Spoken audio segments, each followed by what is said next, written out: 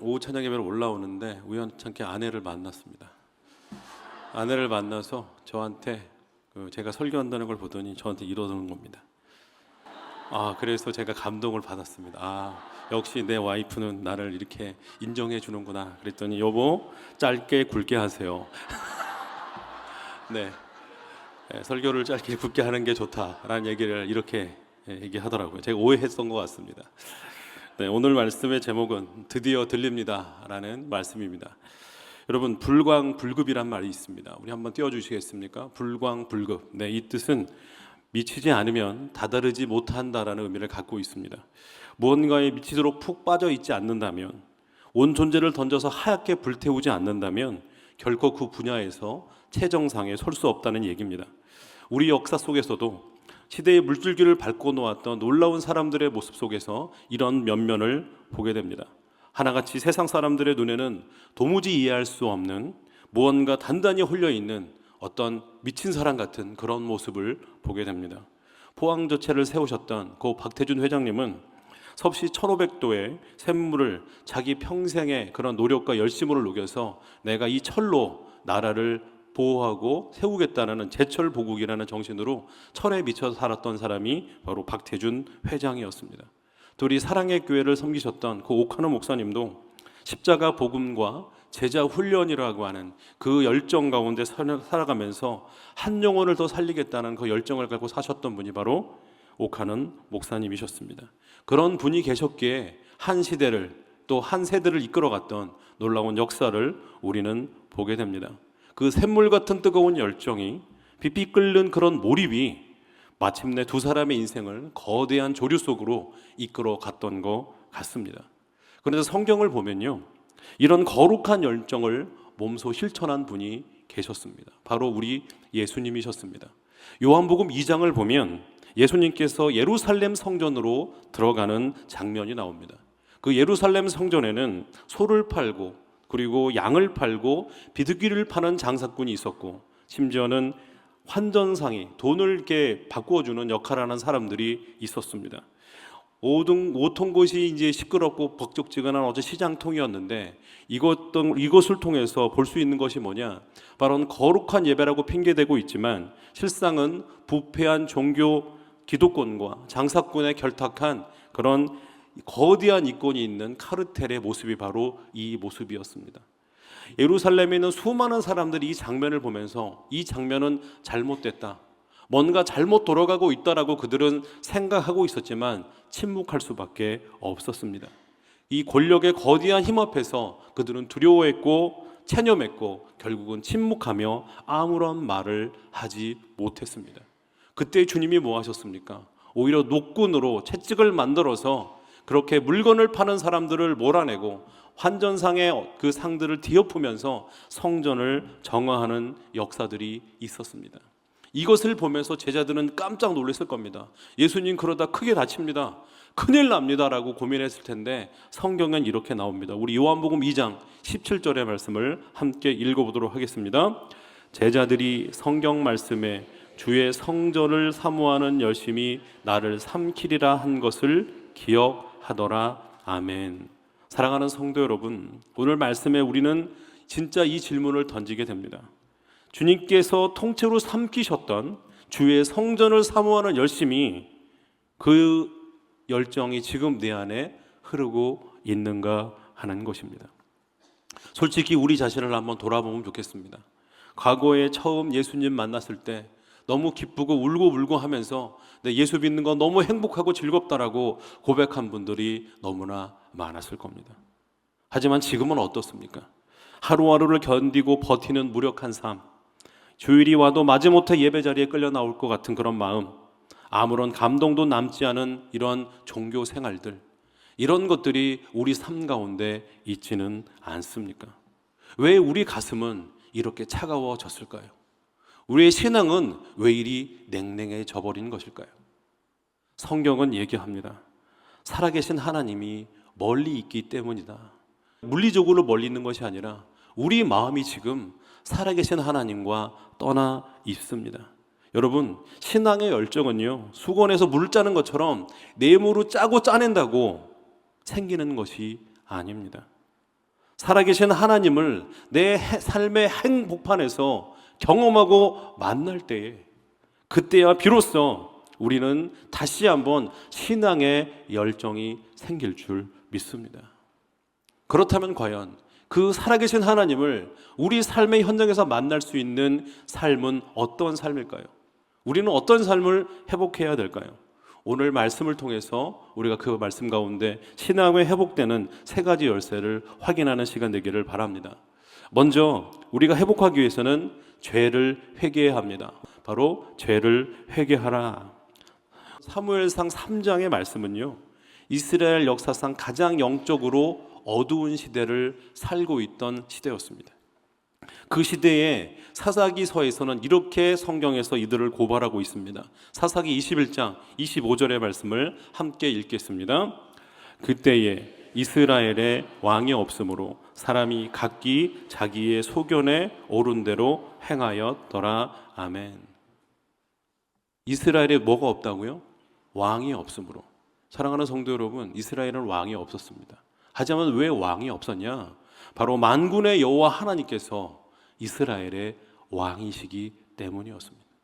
하지만 백성들은 보이지 않는 하나님이 어느 순간부터 거추장스럽기 시작했습니다.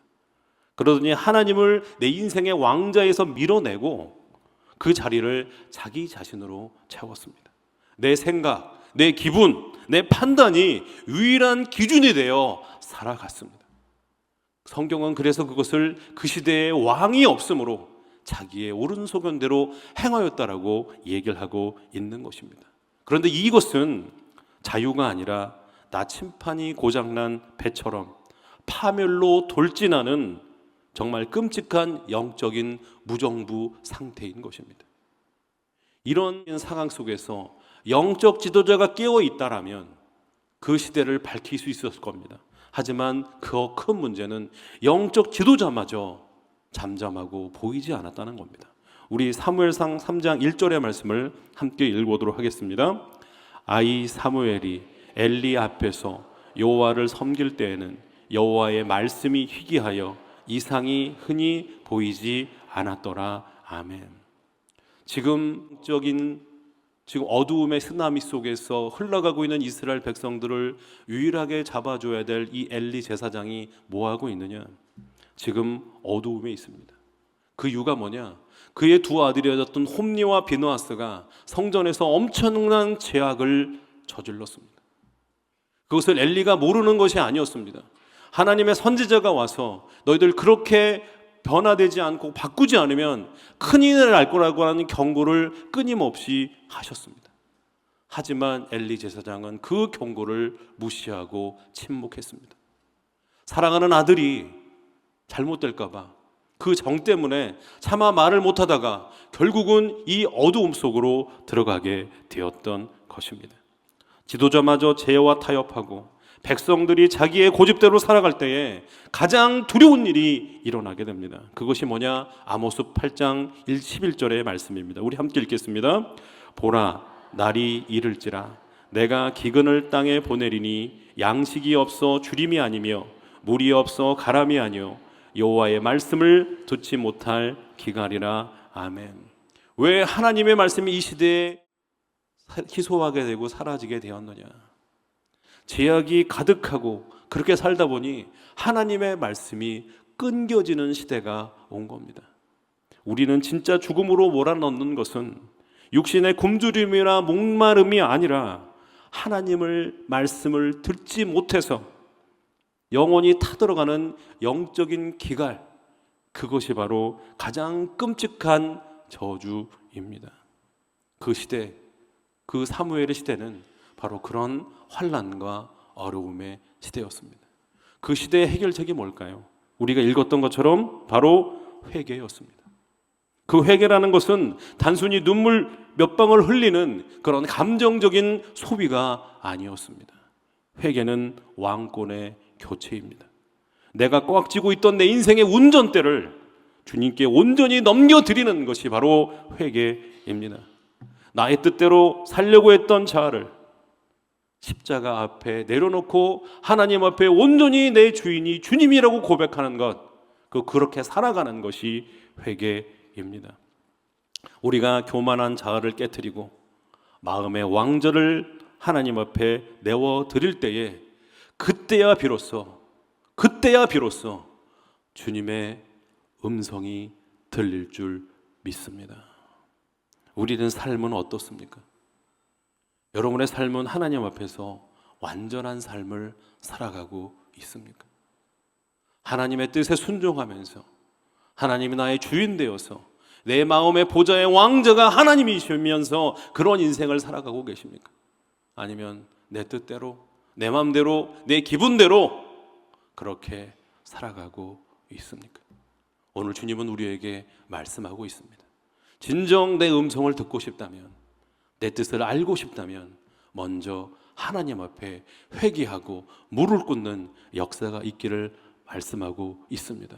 오늘 이 시간 그런 결단이 있고 그런 마음을 갖고 살아가는 저와 여러분 되기를 소원합니다. 그러면서 둘째, 또 우리가 하나님의 음성을 어떻게 들을 수 있는가? 바로 하나님을 진짜로 알아야 합니다. 어떻게 알아야 된다고요? 진짜로. 우리 4절과 5절의 말씀을 한번 같이 읽어보도록 하겠습니다. 여호와께서 사무엘을 부르시는지라 그가 대답하되 내가 여기 있나이다 하고 엘리에게로 달려가서 이르되 당신이 나를 부르셨기로 내가 여기 있나이다 하니 그가 이르되 나는 부르지 아니하였으니 다시 누우라 하는지라 그가 가서 누웠더니. 아멘.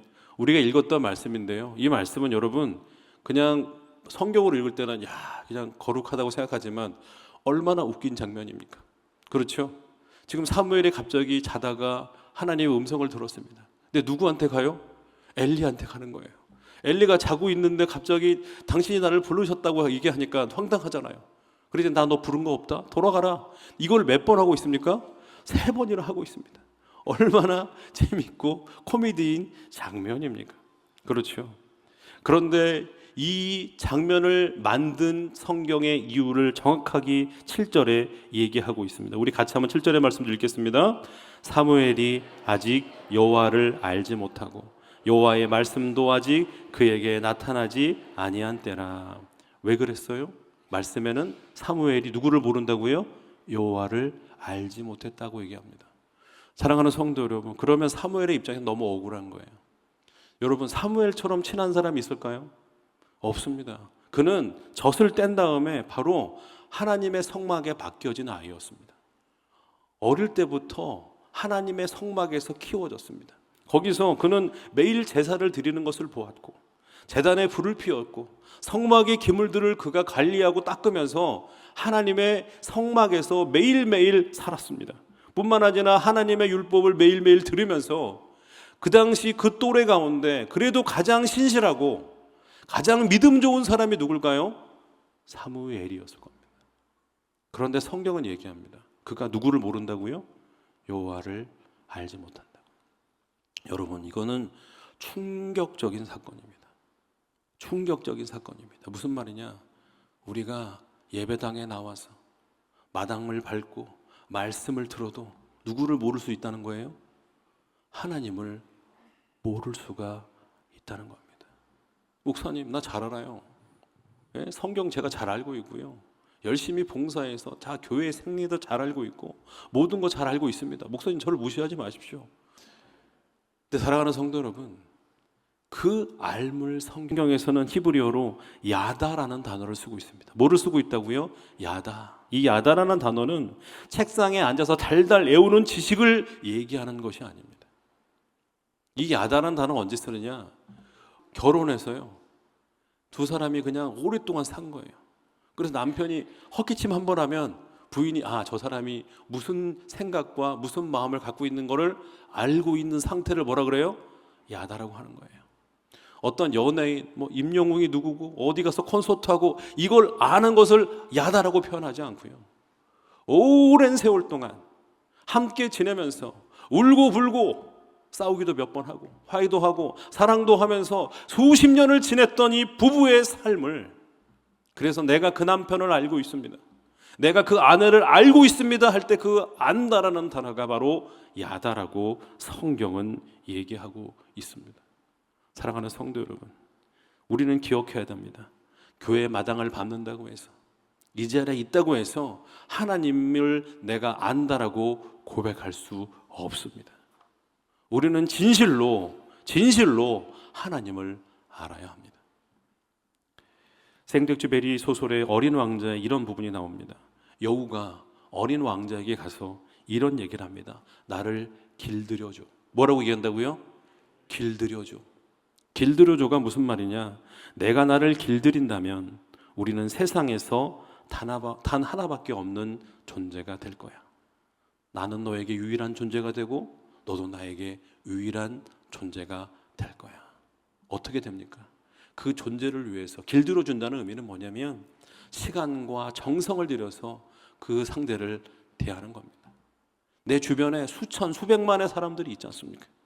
근데 수천의 사람들을 길들인다고 표현하지 않습니다. 오직 단 한 사람에게 내 모든 시간과 정성과 사랑을 들여서 그 사람이 길들여지게 되고 그 사람은 내 인생의 유일한 한 사람이 되는 겁니다. 그것이 바로 뭐라고요? 길들여진다는 겁니다. 오늘 하나님도 야다라고 하는 것은 그런 것 같습니다. 하나님 앞에서 우리가 어떤 존재가 되어야 되느냐? 바로 수천 명 중에 한 사람이 아니라 하나님과 나 사이가 정말 특별한 한 사람, 그런 존재가 되어야 될 줄 믿습니다. 그러기 위해서 우리는 어떻게 살아야 됩니까? 먼저 기도 생활을 점검하면 좋을 것 같습니다. 우리가 기도할 때 어떻게 합니까? 우리는 기도할 때 관계지향적인 만남보다는 목적지향적인 그런 만남을 우리가 선호합니다. 그게 무슨 말이냐? 우리가 삶이 어렵고 힘들 때는 하나님 앞에 와서 기도합니다. 하나님 도와주십시오. 하나님 살려주십시오. 이거를 세워주시면, 이것만 응답해 주시면 제가 하나님 앞에서 은혜 가운데 살아가겠습니다라고 기도합니다. 그렇지만 응답받으면 어떻게 됩니까?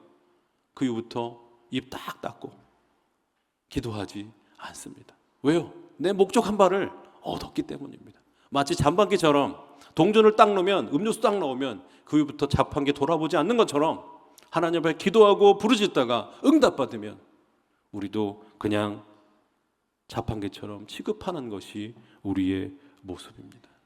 하지만 하나님은 그렇지 않습니다. 우리에게 뭘 요구하느냐? 나는 너 자신을 더 알기를 원한다. 너와 더 대화하기를 원하고 더 깊은 너의 마음을 내가 알기 원한다라고 하나님께서 말씀하고 있습니다. 사랑하는 성도 여러분, 여러분의 일상의 삶에 하나님을 드리는 삶이 되기를 소원합니다. 설거지할 때, 만원 지하철에서 출근할 때, 매일매일 삶 속에서 하루 일상을 살아갈 때 늘 하나님을 생각하십시오. 하나님, 오늘은 저에게 어떤 말씀을 하시려고 하십니까? 하나님을 사랑하고 그분을 기대하고 그분에게 특별한 관계를 맺으려고 노력했을 때에 그때야 비로소 우리와 하나님과의 야다의 관계가 시작될 줄 믿습니다. 그 야다의 관계가 될 때 비로소 우리는 하나님의 음성을 들을 수 있고 하나님의 뜻을 볼 수가 있을 것입니다. 세 번째 말씀을 같이 한번 읽어보도록 하겠습니다. 바로 치열하게 듣기를 결단하라. 어떻게 듣기를 결단하라고요?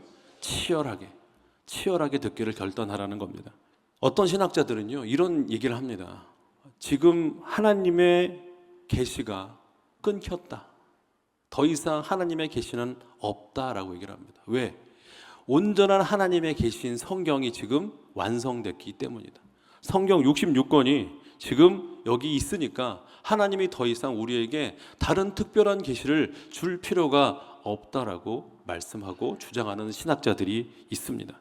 맞습니다. 구원을 위해 하나님이 주신 거룩한 텍스트는 완성됐습니다. 우리는 성경 외에 다른 복음을 덧붙일 필요가 없습니다. 하지만 여러분, 문자가 완성되었다고 해서 문자를 통해 말씀하시는 하나님의 음성이 끊긴 적은 없습니다. 모차르트와 베토벤이 악보가 수백 년 전에 만들어져서 그 악보 하나하나가 뺄 필요는 없지만 지금 우리가 이 시대에 악기로 지휘자가 거기서 연주하고 지휘할 때 비로소 아름다운 음악이 만들어지지 않습니까? 마찬가지입니다. 성경도 우리가 성령 하나님의 지휘자가 우리의 마음을 연주하며 나갈 때에 우리는 비로소 그 시간 속에서 하나님의 음성을 들을 줄 믿습니다. 우리의 어두운 길을 열어주시고 닫힌 길을 열어주셔서 2000년 전의 옛날의 얘기가 아니라 지금 이 시간 나에게 말씀하시는 하나님의 음성을 우리는 들을 수 있습니다. 그런데 그러기 위해서는 우리가 어떻게 해야 되느냐? 중요한 고백이 우리 10절에 나옵니다. 우리 10절의 말씀을 함께 읽어보도록 하겠습니다. 여호와께서 임하여 서서 전과 같이 사무엘아 사무엘아 부르시는지라 사무엘이 이르되 말씀하옵소서 주의 종이 듣겠나이다 하니 아멘. 오늘 하나님의 음성을 듣는 두 가지 방법이 있었습니다. 첫 번째가 뭐냐? 말씀하옵소서입니다. 뭐라고요? 말씀하옵소서. 사랑하는 성도 여러분, 지금 하나님이 사무엘을 불렀습니다. 그러면 말씀하려고 부르신 겁니까? 안 부르려고 부르신 겁니까? 당연히 말씀하려고 부른 거죠. 삼척동자도 아는 얘기입니다. 그런데요, 굳이 하나님이 부르셨는데 그렇게 얘기합니다. 말씀하옵소서. 왜 그런 얘기를 했을까요? 여러분, 신약 성경에 보면 예수님을 찾아온 맹인이 있었습니다. 눈이 보이지 않는데 예수님이 뭐라고 질문하신지 아십니까? 내가 너에게 무엇을 해주길 원하느냐? 맹인이 찾아왔어요. 왜 찾아온 거예요? 보기를 원합니다. 눈 뜨기를 원합니다라는 게 아니겠습니까? 예수님이 척 보면 아시는 분인데 굳이 질문을 하십니다. 네가 왜 왔느냐? 무엇을 해주기를 원하느냐? 그것은 주님께서 이 사람의 마음을 모르는 게 아닙니다. 뭘 원하셨냐? 이 사람 밑바닥 속에 간절히 원하고 바라는 소원을 직접 얘기하기를 원하셨던 겁니다. 그래서 내가 뭘 하길 원하느냐? 그의 대답이 뭡니까? 주여 보기를 원하나이다. 정말 내 평생에 한 번이라도 간절한 마음을 갖고 보기를 원합니다. 그런 간절함과 진실성을 주님께서는 요구하셨습니다. 오늘 말씀하옵소서라는 단어는 뭘까요? 똑같은 의미입니다. 하나님, 내가 주님의 음성을 듣기를 원합니다. 들어도 되고 안 들어도 되는 삶이 아니라 내가 진정으로 하나님의 말씀을 듣기를 원합니다. 내 인생의 문제, 내 삶의 문제, 저 멀리 있는 사람에게 듣는 것이 아니라 직접 나에게 말씀하시는 그 주님의 음성을 듣고 해답을 찾기를 원합니다. 주님, 나에게 말씀하여 주옵소서. 그런 간절함을 주님은 듣기를 원하셨던 겁니다. 우리에게 필요한 게 뭘까요? 간절함입니다. 말씀하옵소서. 말씀하옵소서. 말씀하옵소서. 주님, 들어도 되고 안 들어도 되는 문제가 아닙니다. 내 인생에 살려면, 내 신앙이 살려면, 다시 살아나서 불을 타오르려면 내가 하나님의 음성을 들어야 하겠습니다. 주님의 음성 듣지 못하면 난 죽을 수 있습니다. 그런 간절함으로 기도하는 여러분 되기를 소원합니다. 그렇게 기도하고 부르짖을 때에 비로소 주님의 뜻이 보이고 들릴 줄 믿습니다. 그러면서 주님은 또 말씀하십니다. 주의 종이 듣겠나이다. 그렇죠? 말씀하옵소서. 주의 종이 듣겠나이다. 여기서 중요한 건 뭡니까? 주의 종입니다. 이 말은 내가 순종하겠습니다. 내가 그 말씀 듣고 순종하겠습니다라는 뜻입니다. 여러분, 하나님의 음성을 들었습니다. 그런데 순종할 수도 있고 안 할 수도 있습니까? 그러면 들리지 않는 거예요. 우리가 앞에 말씀드렸던 것처럼 엘리 제사장 하나님의 음성 들었습니다. 네 두 아들 그렇게 하나님 앞에서 죄를 범하면 큰일 날 수 있다. 경고해라. 오히려 따끔하게 얘기를 해라. 하나님이 말씀하셨습니다. 하지만 그 말씀에 순종하지 못했습니다. 자식의 정이 있어서 차마 말을 못하고 침묵하는 바람에 결국 하나님의 음성이 들리지 않았습니다. 여러분, 하나님의 뜻이 들리는 그 방법은 뭡니까? 그 말씀에 내가 순종하겠다라고 하는 의지와 마음이 있을 때에 비로소 하나님의 뜻이 들릴 줄 믿습니다. 그런 삶을 살아가시는 저와 여러분 되기를 소원합니다. 말씀을 정리합니다. 여러분, 하나님의 음성을 듣기 위해서 우리는 회개해야 합니다. 내 안에 하나님이 기뻐하시지 않는 죄의 찌꺼기들을 십자가 앞에 내려놓으시기 바랍니다. 둘째, 야다의 관계를 회복하십시오. 목적 지향적인 기도가 아니라 관계 지향적인 교제로 바꾸십시오. 일상에서 수시로 주님을 생각하고 묵상하며 주님의 이름을 부르는 시간 되기를 바랍니다. 세 번째, 치열하게 듣기를 결단하십시오. 말씀을 대충 읽지 마시고 그 말씀을 들었다면 어떻게든 그 말씀에 순종하려고 노력하는 저와 여러분 되기를 소원합니다. 그 말씀들대로 살아갔을 때에 비로소 하나님의 말씀이 단순히 2000년 전의 말씀이 아니라 바로 나의 말씀이 되어서 나의 삶 속에서 생명력 있게 부활할 줄 믿습니다. 그 말씀을 듣고 순종하는 저와 여러분 되기를 소원합니다. 기도하겠습니다.